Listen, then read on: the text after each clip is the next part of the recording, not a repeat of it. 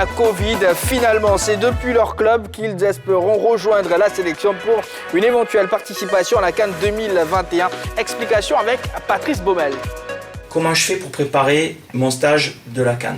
Donc j'ai fait appel à un gardien de plus par rapport au cas de Sylvain. J'ai fait appel à un défenseur central parce qu'au jour d'aujourd'hui, Eric Bailly et Willy Bolly sont restés en club, en sachant que Willy Bolly avait été touché à un mollet, il est en phase de retour. Maxwell Cornet aussi avait été blessé, a eu le Covid, il est en phase de retour, il devrait jouer contre Leeds.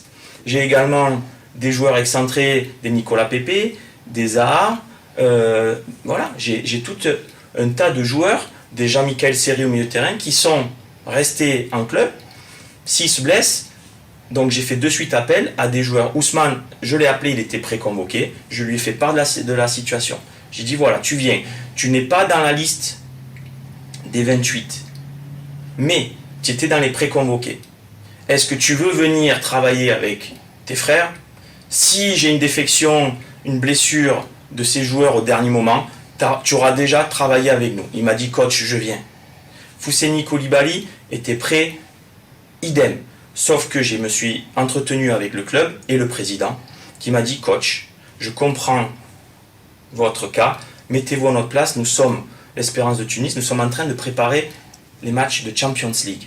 Notre joueur Fousseni, capitaine de l'équipe, est très important. J'ai trouvé un compromis, j'ai dit puisque vous êtes actif, vous vous entraînez, vous n'êtes pas en pause de fin d'année, vous vous entraînez, vous gardez le joueur. Si j'ai une défection, un blessé de dernière minute, Fousseni est dans le premier avion avec un test PCR négatif. Il m'a dit on se tient à jour, coach, du test PCR et de votre sélection du joueur. Si c'est le cas, il vient dans la seconde qui suit. Chris Eboué maintenant, dans le même cas au milieu de terrain. Donc, j'ai fait appel à ces joueurs en disant si jamais on a besoin, il faut que tu sois là. Si le test Covid persiste et que c'est un Covid sévère, on a besoin, nous, de force. Donc Chris Eboué était sur le chemin. La même chose, je lui ai dit, écoute, vu que c'est quand même un long voyage avec des... Franchement, voyager aujourd'hui avec les tests Covid, les régulations des pays, les visas, c'est très compliqué. J'ai dit à Chris, tu t'entraînes dans ton club. Si on a besoin de toi, tu viens. Pareil pour Amad Diallo. Donc je ne peux pas être plus clair. J'ai pris toutes les précautions pour essayer d'avoir la meilleure équipe au moment précis. Nous avons écouté Patrice Baumel, des renforts en esprit mais pas en acte. Messieurs, êtes-vous d'accord avec cette stratégie de laisser les supposés renforts avec leur club Magad, pourquoi vous Déjà, la manière... en esprit, pas en acte. Ouais. Mais bon, en fait, pour être plus sérieux, on dit la plus bonne dame aux femmes ne peut donner que ce qu'elle a. Malheureusement, c'est la picane des éléphants, hors terrain bien sûr, avant les matchs, parce que bien sûr... La pire préparation, vous avez dit. La pire préparation, voilà, merci. La pire préparation, parce que franchement, ça va dans tous les sens. Voilà, 28 joueurs, 5 joueurs ont été ajoutés pour Covid. Et malheureusement pour lui, tout le tombe sur la tête. Il a 5 à 9 joueurs Covidés. C'est votre expression? C'est le nouveau mot, oui, bien sûr, Covidés. Et donc, le mec, il est obligé de faire avec les hommes du moment.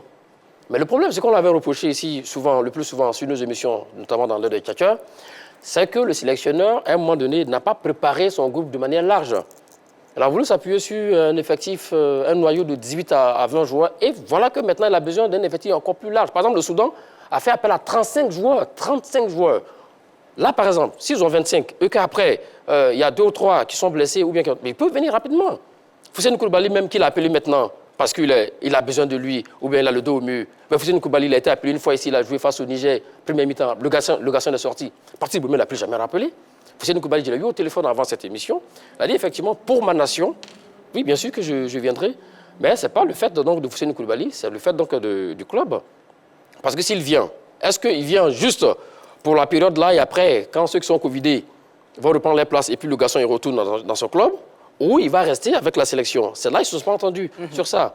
Donc oui, c'est vrai que pour le moment, c'est en esprit, ce n'est pas un acte, mais il n'y peut rien, il ne peut pas faire grand-chose.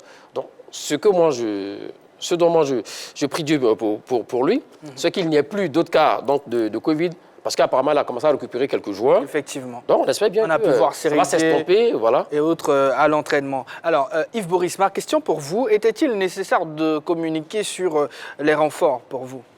Alors, est-ce qu'il fallait communiquer ou pas?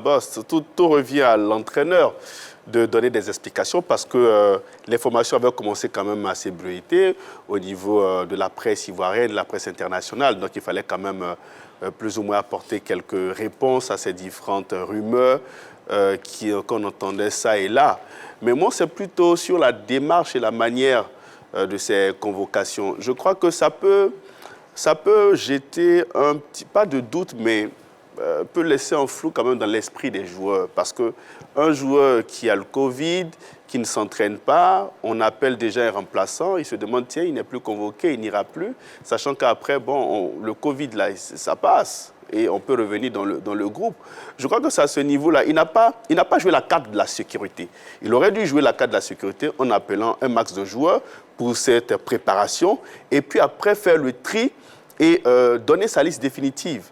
Mais il a donné déjà sa liste définitive, je crois bien, et il se rend compte qu'à ce niveau, il y a des joueurs qui pourraient faire défection à cause des cas de coronavirus. Et là, aujourd'hui, ça lui tombe un peu à la face, au visage, et il ne sait un peu quoi faire. Donc, il fait cette communication pour essayer de rassurer tout le monde, mais en réalité, c'est une communication mal coordonnée, mal agencée, qui jette plutôt de l'effroi et du doute dans l'esprit et du groupe, mais aussi des supporters et de nous, journalistes que nous sommes, parce qu'aujourd'hui, on ne sait plus et on ne sait pas quel joueur partira à cette Coupe d'Afrique des Nations, dans quel état de forme partiront-ils à cette Coupe d'Afrique des Nations et dans quel état d'esprit, parce que le groupe est frappé et divisé, mais surtout, eh bien, il y a des joueurs qui partiront peut-être en méforme, et ça, ce serait quand même dommage. Très dommage d'ailleurs. On va retrouver M.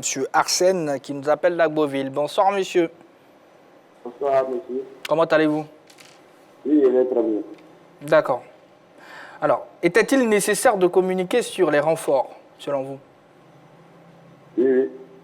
Pourquoi? Expliquez-nous un tout petit peu. Bon. Ah, il est parti. Alors, Dorgelès, les réservistes qui font partie de la liste officielle, sont-ils ceux que vous espériez voir ou encore être appelés tout simplement au niveau de la sélection? Oui, moi, personnellement, j'ai été très content quand j'ai vu Fousseni Koulibaly parce que Magat l'a dit. Moi, je pense qu'il n'y a pas de débat. Vraiment, il ne devait même pas venir en tant que renfort. Il devait être dans la liste pour ce qu'il représente. Vous comprenez, c'est ce qui explique un peu le souci avec notre Ivoirien du SCO Angers. On ne peut pas voir... Ismaël Traoré. Non, on ne peut pas voir un joueur de cette trempe-là. Oui, comme Fousseni Koulibaly. Et puis, on nous donne des explications qu'on essaie de faire comprendre. Vous êtes préconvoqués, continuez à rester dans vos clubs. Moi, je pense que ça ne passe pas. Excusez-moi, quand je vais sortir le mot, après, ils vont m'interpeller sur les réseaux sociaux, donc j'étais un peu dur. Non, on n'est pas dur. Moi, je pense qu'au niveau de la communication même, là, Patrice Baumel a un souci. Parce qu'on ne peut pas voir... moi, je suis désolé parce que vous avez la possibilité d'avoir peut-être 30 joueurs. Vous vous contentez du peu. Aujourd'hui, vous êtes en difficulté. Pour les explications que moi j'entends, moi, en tant que joueur, Fousseni, vraiment, je suis content parce qu'il vient en tant qu'Ivoirien. Il aime sa nation, c'est pourquoi. Sinon, quelque part, il ne bouge pas pour ces explications-là. Non, je ne peux pas être titulaire capitaine de mon club. C'est moi qui mène le peloton dans mon club. Et puis, au niveau de la sélection, il y a des places à prendre. Oui, même si on a des caissiers, on a des séries Jean-Michel, vous pensez que Fousseni Koulibaly n'a pas sa place? Aujourd'hui, en termes de performance, quand vous mettez série Jean-Michel, excusez-moi, vous mettez Fousseni Koulibaly, il n'y a pas photo. Il n'y a pas photo. Mais pourquoi vous ne voulez pas vraiment donner la chance à ce garçon-là de montrer ce qu'il est capable de faire? Il est capitaine de l'Espérance de Tunis. C'est pas rien. C'est pas rien. Surtout dans un club maghrébin, c'est pas rien. Effectivement, on comprend parfaitement, messieurs. Alors, parmi eux, on a Ousmane Ouattara. Lui semble avoir gagné sa place, vu la confirmation du forfait de Willy Boli. Est-ce une valeur sur laquelle faudra compter, tout simplement? Magat, c'est à vous. Remplacer Willy Boli, au niveau de l'impact physique, non, ça va manquer. Willy Boli, il est colosse, 1m83, qui est habitué à l'impact physique de la première ligue, qui pourrait mettre à profit hein, pour la défense ivoirienne, mais malheureusement, le garçon, depuis Bruno Lage est arrivé à Wolverhampton, donc il n'a plus sa part de titulaire et ça a dû jouer sur lui. Après, bon, voilà. Donc oui, Ousmane Ouattara, pourquoi pas. Il est venu pour remplacer un garçon digne de ce nom, digne de foi, et qui a, ma foi, apporté beaucoup à la sélection ivoirienne. Donc c'est à lui également, il est très jeune, c'est vrai, c'est à lui également de s'appuyer un peu sur les Eric Bailly, les Kosonou, également les Sinali Demandé, et tout ce groupe-là, et les Serge Aurier. Puis bon, rentrer dans le moule, quoi, parce que là, on n'a plus le temps. Effectivement, il faut vraiment des soldats prêts à attaquer. À aller à la guerre. Voilà. Allez, on en parlait hier. Le cas Sylvain Gboro semble être tranché. Selon des sources, il serait définitivement forfait. Donc, il serait donc définitivement forfait, comme je l'ai dit. La hiérarchie devra-t-elle être respectée avec la titularisation de Sangaré Badra, ou vous penchez plus vers Cissé Abdul Karim, exceptionnel, on ne peut pas se le cacher, avec la SEC. Bon, déjà, c'est un coup dur de ne pas avoir Sylvain Gboro, le gardien titulaire des éléphants de Côte d'Ivoire depuis 6 ans maintenant, parce qu'il a obtenu sa place lors de la campagne victorieuse de 2015 et il est resté le rempart sûr dans nos perches jusqu'à présent. Déjà, il y a plusieurs interrogations quand même qui trottent dans mon esprit. Comment cette suspension, la Côte d'Ivoire n'a pas vu venir cela? Parce que Sylvain, quand même, a été testé. Je veux dire, il a fait le test d'antidopage juste après le match face au Cameroun. Et les résultats ont été donnés à son club, où elle quittait. Et est-ce que le club a fait de la rétention d'informations? Parce qu'on est quand même surpris de savoir que c'est à la veille, à l'orée, à l'approche de la Coupe d'Afrique des Nations, que cette suspension-là est divulguée par les instances, par la CAF et puis par l'équipe de notre Sylvain Gboro. Est-ce que Sylvain a des soucis avec ce club, raison pour laquelle c'est maintenant qu'on nous divulgue cette information. Et ce qui est tellement... l'information est tellement... j'ai envie d'employer ce mot anglais, short, proche, comme ça, de la Coupe d'Afrique des Nations. Donc, ce qui fait qu'il est indisponible, il ne peut pas participer à cette CAN. Et c'est vraiment dommage pour la Côte d'Ivoire. Maintenant, ce qui concerne son remplaçant, eh bien, ils vont devoir se battre pour pouvoir acquérir cette place de titulaire. Malheureusement, on n'a pas pu jouer nos différentes rencontres amicales pour juger de qui pourrait être le gardien titulaire des éléphants. Dans la hiérarchie, paraît-il que c'est Badra qui est le second dans la hiérarchie qui a été dressée par l'entraîneur. Maintenant, on n'a pas vu Badra à l'œuvre avec son club. Il joue en 2e division en Afrique du Sud. Bon, on n'a pas vu à l'œuvre, on ne sait pas à quel niveau, quel est son état de forme.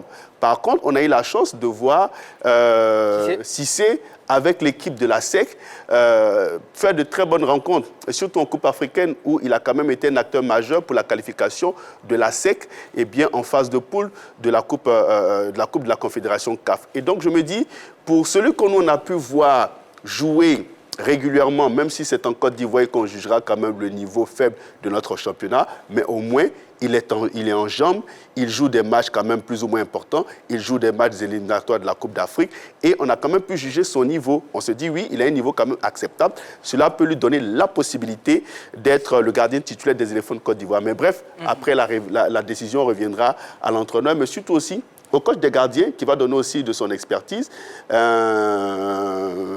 Jean-Jacques, voilà. Il va donner de son expertise et puis bon, l'entraîneur va trancher.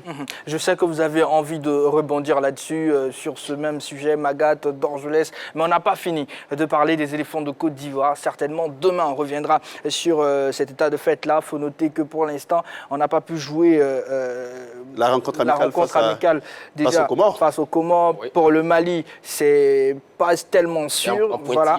Donc c'est un pointillé. On va revenir sur toute l'actu, parler même encore une fois, pourquoi pas, des gardiens, messieurs. On va s'arrêter là, malheureusement, pour aujourd'hui. Et c'est fini. Merci beaucoup, Magat, d'être passé. Ouais, c'est une première.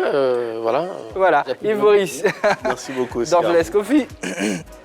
C'est ici que prend fin ce numéro de la Grande Team. Très chers téléspectateurs, prochain rendez-vous demain à 20h30. Pour l'instant, merci de toujours rester sur la chaîne qui offre toujours 3 fois plus.